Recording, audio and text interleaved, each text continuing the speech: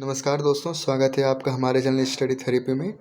आज हम लोग डिस्कस करने जा रहे हैं 2 जून 2026 की करंट अफेयर्स। तो चलिए शुरू करते हैं। सबसे पहला है कि वित्त वर्ष 2025-26 में भारत का जो समुद्री खाद्य निर्यात है वो बहुत ज़्यादा ही हुआ है, रिकॉर्ड स्तर पर पहुंच गया है। तो देखिए, अब तक का सर्वाधिक निर्यात हुआ है, मात्रा के रूप में भी और मूल्य के रूप में भी। तो 2025-26 में 8.46 बिलियन अमेरिकी डॉलर मूल्य का निर्यात हम लोगों ने किया है। और इसमें सबसे ज़्यादा निर्यात जो हुआ वो है फ्रोजन शिम्प का, जो कि निर्यात मात्रा में 40.19% था। 40% से भी ज़्यादा फ्रोजन शिम्प का निर्यात किया गया है। और सबसे ज़्यादा निर्यात कहाँ हुआ है? अमेरिका और चीन में। तो देखिए, हम लोग नेक्स्ट चलते हैं कि इसी में बताया गया है कि राष्ट्रीय खाद्य क्षेत्र को अधिक अगर हम लोग को प्रतिस्पर्धी बनाना है तो इसमें कुछ सुझाव बताया गया है। तो इसमें बोला है कि स्वदेशी जो ब्रूड स्टॉक है, देखिए ब्रूड स्टॉक उसको कहते हैं कि जैसे मतलब जो अभी बीज है उनका विकास के लिए तो हम लोग बीज जो है ना वो आयातित बीज का उपयोग करते हैं। तो वही बोल रहे हैं कि स्वदेशी बीज हम लोग को तकनीक को अपनाना पड़ेगा, जिसके कारण से हमारे यहाँ के लोगों को और भी ज़्यादा लाभ हो सके और हम लोग इस पर आत्मनिर्भर बन सकें। इसके बाद है कि स्वदेशी खाद्य उत्पादों के लिए वैश्विक गुणवत्ता मानकों को पूरा करने के लिए हम लोग को योजना चलाने की ज़रूरत है। निर्यात को सुलभ बनाने के लिए, निर्यात को सुलभ बनाने का अर्थात यह है कि निर्यात प्रतिबंध हो गया, नियम हो गया, इन सभी को हम लोगों को सरल करना होगा। खाद्य राष्ट्र समुद्री खाद्य क्षेत्र के लिए एक मुख्य संस्था की स्थापना भी करने की ज़रूरत है, जो कि सहयोग, अवसंरचना के रूप में सहायता, विकास, इन सभी में मदद कर सके। और हमारे सरकार द्वारा इसमें क्या क्या कदम उठाए गए हैं? तो सबसे बड़ा कदम तो ये है कि समुद्री उत्पाद निर्यात विकास प्राधिकरण का गठन किया गया है। प्रधानमंत्री मत्स्य संपदा योजना हुआ, मत्स्य पालन और जलीय कृषि अवसंरचना विकास कोष बनाया गया है। इसके बाद शुल्क मुक्त आयात सीमा को भी बढ़ाया गया है, मतलब कुछ कुछ उत्पादों में शुल्क मुक्त आयात को भी बढ़ाया गया है। और सफरी प्रमाणन, याद रखिएगा कि सफरी प्रमाणन की शुरुआत भी की गई है। अब देखिए, भारत के समुद्री खाद्य क्षेत्र में चुनौतियां क्या क्या है। तो सबसे पहला ये है कि गैर टैरिफ उपाय जो है ना वो दूसरे कंट्री अपनाते हैं। जैसे बोल देंगे कि कोई कंपनी बोले कि अधिकतम भारत से आयातित जो है वो खाद्य उत्पाद इतना ही हो सकता है। तो ये जो टैरिफ नहीं लगाया उन्होंने, लेकिन वो गैर टैरिफ लगाकर हमारे उत्पाद को उन्होंने एक तरीके से प्रभावित किया।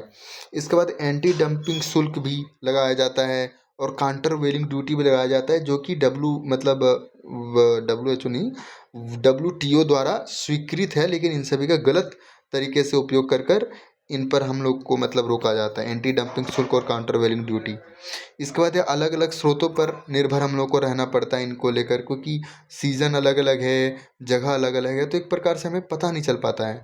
और कोल्ड स्टोरेज की भी हमारी कमी है। उसके अलावा अगर हम लोग देखें तो एक एक्स्ट्रा पॉइंट ये भी जोड़ सकते हैं कि हमारे यहाँ पर बहुत ज़्यादा छोटे छोटे मछुआरे हैं, तो उन्हें विदेशी जो खाद्य है ना उनके बारे में पता होता नहीं चल पाता। तो रिसर्च वगैरह उतना है नहीं, हमें नहीं पता कि विदेशों में किस चीज़ की मांग ज़्यादा है। तो वो भी एक प्रकार से है ना, जागरूकता की भी कमी है। नेक्स्ट है सिंथेटिक बायोलॉजी की उपयोगिता हमारे यहाँ पे बढ़ रही है। तो देखिए, सिंथेटिक बायोलॉजी होता क्या है? तो सजीवों मतलब ऑर्गेनिज्म जो है उनको उपयोगी उद्देश्यों के लिए नए गुण प्रदान करके उनका पुनः डिजाइन करने की एक प्रकार से प्रक्रिया है। मतलब हम लोग उसमें कुछ कुछ एक्स्ट्रा गुण डाल रहे हैं। तो बायो रिमेडिएशन, सूक्ष्मजीवों का उपयोग एक प्रकार से इसी का उदाहरण है। तो बायो रिमेडिएशन में सूक्ष्मजीवों का उपयोग करते हैं। जैसे हम लोग विटामिन ए को पूरा करने के लिए क्या करते हैं? तो चावल में बीटा कैरोटीन उत्पादन को क्षमता विकसित करते हैं। अब देखिए, इसमें कुछ कुछ डिफरेंस बताया है कि सिंथेटिक बायोलॉजी में ना वैज्ञानिक आमतौर पर डीएनए के लंबे भागों को आपस में जोड़ते हैं, जबकि जीनोम एडिटिंग में वैज्ञानिक क्या करते हैं, किसी जीव के स्वयं के डीएनए में ही मतलब बदलाव करते हैं छोटा मोटा। लेकिन यहाँ पर लंबे भाग को जोड़ रहे हैं, जबकि यहाँ पर बदलाव कर रहे हैं डीएनए में। तो ये दोनों में डिफरेंस है। इसके बाद बोल रहे हैं कि सिंथेटिक बायोलॉजी से कुछ कुछ चिंताएं और चुनौतियां भी हैं। जैसे इसका अभी भी किफ़ायती नहीं है, ये अभी भी बहुत ज़्यादा महंगा है। अनुवांशिक रूप से संशोधित जो सूक्ष्म जीवों हैं उन पर पर्यावरण पर छोड़ने से उसमें जोखिम अभी भी बना हुआ है, क्योंकि इस पर पूरी तरीके से रिसर्च आई नहीं है। इसके बाद अनुचित उपयोग भी इसका किया जा सकता है। सामाजिक तत्व जो हैं, असामाजिक तत्व, वो इसको जैविक हथियार के तौर पर भी ले सकते हैं। साइबर बायो सिक्योरिटी का भी इसमें खतरा है और नैतिकता का भी खतरा है। नैतिकता का भी क्या खतरा है? जैसे मतलब किसी को इसमें ज़्यादा लाभ हो सकता है, किसी को कम लाभ हो सकता है। शहरी मतलब गरीबी और अमीरी में भी फ़र्क हो सकता है, एक तरीके से देखें। पहुंच को लेकर भी दिक्कतें हो सकती है, तो वो लेकर नैतिकता से चुनौतियां हैं। अब इनका उपयोग कहाँ कहाँ हो सकता है, तो सबसे पहला है कि व्यक्तिगत कोशिकाओं और जीन उपचार में इसका मतलब हम लोग यूज कर सकते हैं। इसके बाद है पुनर्योजी चिकित्सा। पुनर्योजी मतलब होता है कि 3D ऑर्गन ट्रांसप्लांट हो गया, जेनो ट्रांसप्लांटेशन हो गया, इन सभी में पुनर्योजी चिकित्सा मतलब कुछ नया चीज़ उपज हो रहा है वहाँ पर। इसका बाद मृदा इंजीनियरिंग। मतलब मृदा इंजीनियरिंग का मतलब है कि हम लोग मृदा में उर्वरकता को बढ़ाया जाएगा उसका, या फिर उसमें कीटनाशक को डाला जाए, ऐसा बहुत सारा चीज़ है जो मृदा को लेकर संबंधित है। इसके बाद है मृदा निगरानी, जैसे बायो सेंसर है उनके माध्यम से मृदा में भी हम लोग निगरानी कर सकते हैं। कार्बन पृथक्करण मतलब ऐसा कार्बन डाइऑक्साइड को, इन सभी के टेक्नोलॉजी के माध्यम से कार्बन डाइऑक्साइड को हम लोग कम करेंगे वहाँ पे वायुमंडल से और उसको संग्रहित करेंगे। इसके बाद प्लास्टिक प्रदूषण से भी निपटान किया जा सकता है। इसके बाद बोल रहे हैं कि लास्ट जो है वो वितरित यानी डिस्ट्रीब्यूटेड विनिर्माण में। डिस्ट्रीब्यूटेड विनिर्माण मतलब अलग अलग जगहों पर हम लोग इसके माध्यम से रॉ मटेरियल्स आसानी से उपलब्ध करा सकते हैं, तो किसी एक खास जगह पर निर्भरता कम हो जाएगी और ये जो रॉ मटेरियल्स है हर जगह उपलब्ध होगा। अब चलिए नेक्स्ट चलते हैं। जल सुरक्षित भविष्य सुनिश्चित करने के लिए महा मिशन की शुरुआत की गई है, महाजल मिशन। तो ये अनुसंधान नेशनल रिसर्च फाउंडेशन और केंद्रीय जल शक्ति मंत्रालय द्वारा शुरू किया गया है। इसका उद्देश्य अगर पूछ सकता है तो इसका उद्देश्य यही है कि अलग अलग क्षेत्रों में चयनित समूह जैसे विश्वविद्यालय हो गया, स्टार्टअप, MSME, उद्योग, इन सभी को जो है ना उच्च प्रभाव वाले नवाचारी यानी इनोवेटिव और विस्तार योग्य जल सुरक्षा समाधानों के तकनीकी विकास क्षेत्र में परीक्षण, सत्यापन और कार्यान्वयन के लिए 20 करोड़ रुपए तक की सहायता प्रदान करने की बात की गई है। मतलब सहायता करेंगे अगर आपके पास नवाचारी और विस्तार योग्य जल सुरक्षा समाधान है। तो इसके बाद देखिए इसमें कुछ कुछ पहले भी चलाई गई है। तो जल प्रबंधन में आधुनिक प्रौद्योगिकियों को शामिल करने वाली कुछ पहले हैं, जैसे जल शक्ति मंत्रालय जो है वो कैच द रेन चलाती है, कैच द रेन। इसके बाद है रियल टाइम, जो है ना रियल टाइम आधार पर भूजल की निगरानी करती है कौन, केंद्रीय भूमि जल बोर्ड। सेटेलाइट का भी उपयोग किया जाता है।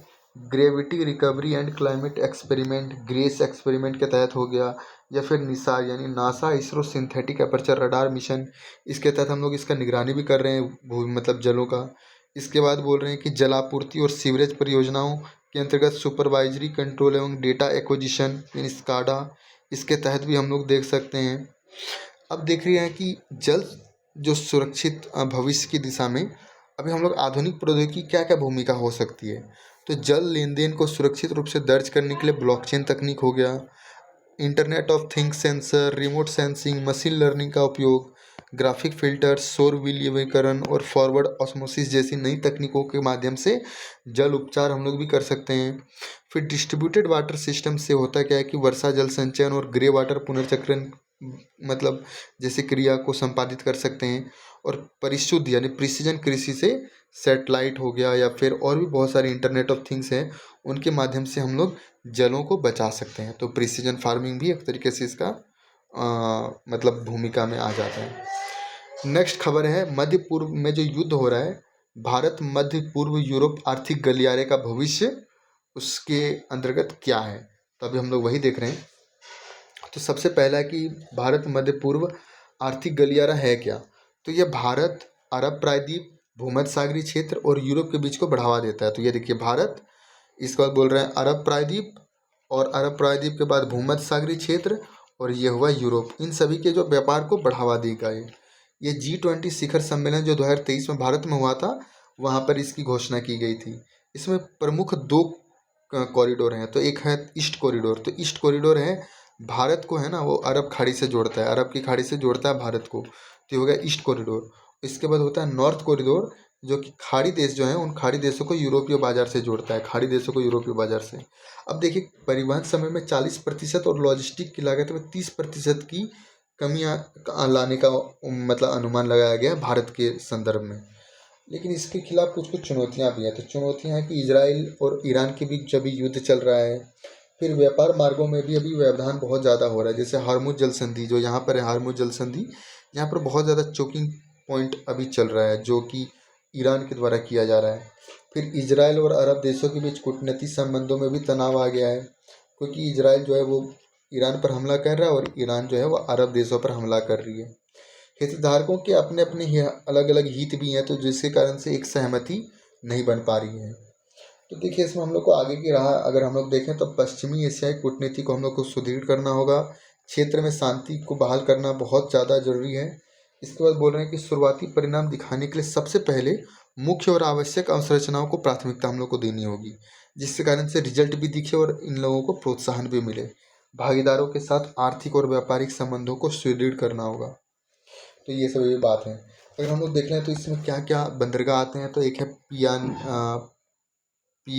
पिरायस हो गया, हाइफा, अल हदीथा, रियाद, हरत, अल गुवेफात, जबल अली, और एक है मुंबई। तो ये बंदरगाह हुआ, जगह का नाम हुआ, ये सभी पूछ सकते हैं, जिसको ध्यान रखिएगा। नेक्स्ट है पीआरएस की एक रिपोर्ट आई है जो कि भारत के राज्य विधानमंडलों की कमियों को रेखांकित करती है। तो अगर हम लोग देखें तो सबसे पहले बोल रहा है कि 2025 में राज्य विधानसभाओं के सत्र जो है ना, मात्र औसतन 24 दिन चले हैं, और उनमें भी 5% से भी कम विधेयकों को समितियों के पास भेजा गया है। तो इससे होता क्या, तो लोकतंत्र की कमी होती है, डेमोक्रेटिक डेफिसिट पैदा हो रही है, और जो स्टेक होल्डर हैं मतलब हित धारक हैं, उनके सुझावों और विस्तृत समीक्षा का अवसर ही नहीं मिल पाता है कोई भी कानून या फिर कोई भी निर्णय में। इसके बाद है कि बजट पर औसतन केवल 8 दिन की चर्चा हुई है, मात्र 8 दिन। इससे सरकार को जवाबदेह ठहराने के विधानमंडलों के कर्तव्य को कमजोर कर दिया है। 2025 में 127 अध्यादेश जारी कर दिए, मतलब इतना ज़्यादा, जो कि 2024 से भी बहुत ज़्यादा 27% अधिक है। इससे होता क्या है कि कार्यपालिका द्वारा विधायिका पर अतिक्रमण किया जा रहा है, और अध्यादेशों के माध्यम पर ये अत्यधिक निर्भरता को बढ़ाया जा रहा है। अब नेक्स्ट है कि 8 राज्य विधानसभाएं जो हैं वो अभी भी बिना उपाध्यक्ष के संचालित हो रही है, मतलब एक अध्यक्ष होता है और एक उपाध्यक्ष। तो बिना उपाध्यक्ष के 8 राज्य विधानसभाएं संचालित हो रही है। इससे होता क्या है, अनुच्छेद 178 का ये उल्लंघन करती है, संविधान के अनुरूप नहीं है। और स्वीकृति देने में जो है ना विधेयकों पर राज्यपालों की देरी की जा रही है, जिससे तमिलनाडु और केरल ने शिकायत भी की थी सुप्रीम कोर्ट में। तो इससे संवैधानिक मुद्दों पर टकराव की स्थिति भी उत्पन्न होती है। तो इसके हमें कम करना है, और ये मेंस के लिए ज़्यादा इंपॉर्टेंट है, तो इसे ध्यान रखिएगा। नेक्स्ट है आइसोब्यूटेनॉल। तो भारत सरकार द्वारा भी डीजल में आइसोब्यूटेनॉल के सम्मिश्रण की शुरुआत की जाने की संभावना बनाई जा रही है। तो आइसोब्यूटेनॉल है क्या, तो ये 4 कार्बन परमाणु वाला एल्कोहल है, और यह बायोमास, कृषि अपशिष्ट जैसे नवीकरणीय स्रोतों से, या फिर इथेनॉल हो गया, गन्ना हो गया, इन सभी के उत्पादन की प्रक्रियाओं के माध्यम से उत्पादित की जाती है। नेक्स्ट है भूल जाने का अधिकार। तो भूल जाने का अधिकार जो है ना, वो अनुच्छेद 21 के तहत निजता के अधिकार के अंतर्गत रखा जाता है। और देखिए व्यक्ति जो है ना वो अपनी ऐसी, अच्छा भूल जाने का अधिकार क्या है वही बता रहा हूँ मैं। तो इसके तहत जो बोल रहा है कि व्यक्ति अपनी ऐसी व्यक्तिगत जानकारी को सार्वजनिक पहुंच से हटाने या फिर उस तक पहुंच सीमित करने की मांग कर सकता है, जिसका कि अब कोई आवश्यक उद्देश्य या वैध उद्देश्य नहीं रह गया है। मतलब अगर मेरा पुराना डेटा है जिसका अभी कोई उपयोग नहीं है, तो मैं उसको हटाने की मांग कर सकता हूँ, मतलब उसको बोल सकता हूँ कि उसको भूल जाओ भाई। अब है कि नेक्स्ट है डी इंडेक्सिंग। तो व्यक्ति का जो नाम है ना वो सर्च इंजन के लिए उपयोग होने वाली कुंजी के रूप में हटा दिया जाता है, लेकिन संबंधित रिकॉर्ड को मिटाया नहीं जाता इसके तहत। नेक्स्ट खबर चलते हैं तटीय जलवायु परिवर्तन। तो इसके तहत जो है ना तटीय अपरदन सबसे बड़ी चेतावनी है। फिर चक्रवात भी बहुत ज़्यादा आ रही है कि तेज़ी से उष्ण होता महासागर, मतलब 0.27 डिग्री सेल्सियस प्रति दशक महासागर गर्म हो रहे हैं। फिर ताप विसंगतियाँ भी हो रही है कि कहीं एक जगह पर बहुत ज़्यादा तापमान हो रहा है और कहीं पर बहुत कम तापमान हो रहा है। तो जिसके कारण से हवाएं हुए तीव्र जो है ना मौसम, बहुत ज़्यादा अत्यधिक मौसम की मतलब ये हो सकती है, परिस्थितियाँ जन्म ले सकती है। फिर बोल रहे हैं कि ध्रुवीकृत वर्षण प्रणालियाँ भी चल रही है, जैसे पश्चिमी तट पर बहुत ज़्यादा मतलब वृद्धि हो रही है, लेकिन उसके अनुरूप अन्य जगहों पर वृद्धि उतना नहीं देखने मिल रही है। फिर चक्रवात जनित तूफान महरूमों की वजह से समुद्री जल ताजे भूजल में प्रवेश कर रहा है, जिसके कारण से पेयजल संबंधित संकट भी उत्पन्न हो रहा है। नेक्स्ट है अगस्त्यामलई बायोस्फीयर रिजर्व। तो ये दक्षिणी पश्चिमी घाट में तमिलनाडु और केरल में स्थित है, और 2016 में जो है ना यूनेस्को के मैन एंड बायोस्फीयर कार्यक्रम के तहत इसको एक बायोस्फीयर रिजर्व का वैश्विक नेटवर्क घोषित किया गया था। इस अगस्त्यामलई बायोस्फीयर रिजर्व में 3 वन्यजीव अभ्यारण्य हैं। कौन है, एक सैदुरनी, पेप्पारा और नेयर। याद रखिएगा ये अगस्त्यामलई के अंतर्गत 3 वन्यजीव अभ्यारण्य हैं, सैदुरनी, पेम्पारा और नेयर, और एक कलाकड़ मुंडरथुरई टाइगर रिजर्व भी शामिल है। अब चलिए कुछ बचा है, जैसे भारत ओमान CEPA। तो भारत और ओमान के बीच व्यापक आर्थिक साझेदारी समझौता हुआ है, जो कि 1 जनवरी 2026 से लागू हो चुका है। और भारत और ओमान जो है वो खाड़ी देशों में दूसरा सबसे बड़ा व्यापारिक भागीदार है। मतलब ओमान जो है वो खाड़ी देशों में भारत का दूसरा सबसे बड़ा व्यापारिक भागीदार है। नेक्स्ट है माजुली द्वीप। तो देखिए माजुली द्वीप में ना अभी एक साकली आर्द्रभूमि है। माजुली द्वीप के पास ही असम में साकली आर्द्रभूमि है। उनके अवसादों का उपयोग करके माजुली द्वीप के 4000 वर्षों के जलवायु इतिहास का पुनर्निर्माण किया गया है। मतलब उनको पता लगाया गया है। तो माजुली द्वीप जो है वो असम में है। विश्व का सबसे बड़ा नदी द्वीप है। 2016 में भारत का पहला नदी द्वीप जिला भी इसको घोषित किया गया है। यह नदी भूआकिरका का क्षेत्र है। लघु द्वीपों का यहाँ पर निर्माण होता है, जिन्हें स्थानीय रूप से चापोरी कहते हैं। याद रखिएगा, माजुली द्वीप में लघु द्वीप का निर्माण जो होता है उसको चापोरी कहते हैं। और 2004 में इसको यूनेस्को विश्व धरोहर स्थलों की संभावित सूची में शामिल भी कर लिया गया है। नेक्स्ट जो खबर है वो है धरातली ओजोन। धरातली ओजोन मतलब कहाँ का ओजोन? धरातली ओजोन मतलब जो कि क्षोभ मंडल में ओजोन है। तो देखिए यह एक द्वितीय वायु प्रदूषक है। द्वितीय वायु प्रदूषक मतलब ये प्राथमिक रूप से प्रदूषक नहीं है, लेकिन ये किसी के साथ मिलता है और जो चीज़ उत्पाद बनता है उसके कारण से प्रदूषण बनता है। तो यहाँ देखिए नाइट्रोजन ऑक्साइड, उसके साथ साथ वोलेटाइल ऑर्गेनिक कंपाउंड और सूर्य का प्रकाश, ये तीनों मिलेगा तो ये बनता है ओजोन। और ये जो ओजोन है ना, ये क्रिया धरातल पर हो रही है, इसी कारण से इसको धरातलीय ओजोन बोलते हैं। ये ग्रीष्म ऋतु के दौरान इसमें बहुत ज़्यादा वृद्धि होती है, क्योंकि सूर्य का प्रकाश ग्रीष्म ऋतु में ज़्यादा होता है। और समताप मंडलीय ओजोन जो है ना वो गुड ओजोन है, क्योंकि वो UV रेडिएशन को ये रोकता है। तो याद रखिएगा, अगर ये पृथ्वी है तो यहाँ पर जो है ना, यहाँ पर जो ओजोन है ये समताप मंडलीय ओजोन अच्छा है। लेकिन यहाँ का जो है ये क्षोभ मंडल ओजोन, ये हमारे लिए बहुत ज़्यादा खराब है, क्योंकि यहाँ पर जो है, यहाँ पर ओजोन के कारण जो धरातल में जो पेड़ पौधे हैं, मनुष्य हैं, उन सभी में एक प्रकार से प्रदूषण का संचालन होता है। और ये UV रेडिएशन को मतलब अवशोषित तो करता है, लेकिन अगर यहाँ पर अवशोषित करेगा तो ये मनुष्यों को भी हानि पहुँचाता है, क्योंकि उसमें श्वसन में जाकर हुआ या फिर पेड़ पौधों में जाकर हुआ, तो उन सभी के रूप में भी बहुत ज़्यादा यह हानिकारक है। भारत और म्यांमार संबंध। तो रुपया और क्वाथ, याद रखिए कि म्यांमार की करेंसी क्या है? क्वाथ। तो रुपया और क्वाथ व्यापार निपटान तंत्र जो है 2024 में चालू है। उनकी अभी सतत समृद्धि का भी उन्होंने स्वागत किया है, जो अभी भारत और म्यांमार के बीच बैठक हुई थी। तो भारत और म्यांमार के संबंधों को हम लोग देखें तो भारत म्यांमार थाईलैंड त्रिपक्षीय राजमार्ग है। एक है करादान मल्टी मॉडल परियोजना, तो ये दोनों अभी चल रही है यहाँ पर। फिर बोल रहे हैं कि सीमा पार से होने वाले जो निर्याती उग्रवाद है, क्योंकि निर्याती उग्रवाद कहाँ है, तो क्योंकि यहाँ पर देखिए ना, उत्तर पूर्वी राज्यों में जनरली सभी लगभग बहुत सारे राज्य जो हैं वो म्यांमार के साथ सीमा साझा करते हैं। और वहाँ पर जो अभी मणिपुर में हिंसा हुआ, कुकी और इन सभी जातियों के बीच नागा जातियों का जो उग्रवाद चल रहा है, तो उन सभी में होते क्या है, ये सभी ना छिप के बैठ जाते हो कि 1643 वर्ग किलोमीटर मतलब किलोमीटर लंबी सीमा रेखा है। तो इनसे होता क्या है, इन सभी को आर पार होने का एक मतलब रास्ता मिल जाता है। तो इनको लेकर बोल रहे हैं कि हम लोग निपटेंगे साथ में। फिर हथियारों और मादक पदार्थों की तस्करी भी यहाँ पर होती है, क्योंकि ये स्वर्णिम त्रिभुज का भाग है, तो उनसे भी निपटने में म्यांमार भारत की सहायता करेगा। फिर साझा जो है भारत और म्यांमार के बीच थेरवाद बौद्ध विरासत भी है, जो कि एक प्रकार से पौराणिक हमारी समृद्धि को मतलब और दिखाता है। नेक्स्ट है ऑस्ट्रेलिया। तो ऑस्ट्रेलिया की राजधानी है कैनबरा। ऑस्ट्रेलिया की राजधानी है कैनबरा। और कैनबरा देखिएगा यहाँ पर स्थित है पूर्वी तट में। देखिए यहाँ पर है पूर्वी तट में। यहाँ पर ये सबसे छोटा महाद्वीप है और क्षेत्रफल की दृष्टि से छठा सबसे बड़ा देश है। इसमें मरुस्थल देखिए 1/3 से अधिक क्षेत्र पर मरुस्थल ही मरुस्थल है। इसमें ग्रेट विक्टोरिया हो गया, ग्रेट सैंडी, तनामी मरुस्थल, सिम्पसन मरुस्थल, गिब्सन। याद रखिएगा, Victoria, Sandy, Tanami, Simpson, Gibson. इसके बाद इसमें पर्वतमालाएं भी आती है। तो ग्रेट डिवाइडिंग रेंज हो गया यहाँ पर, और मैकडोनल्ड रेंज भी है यहाँ पर।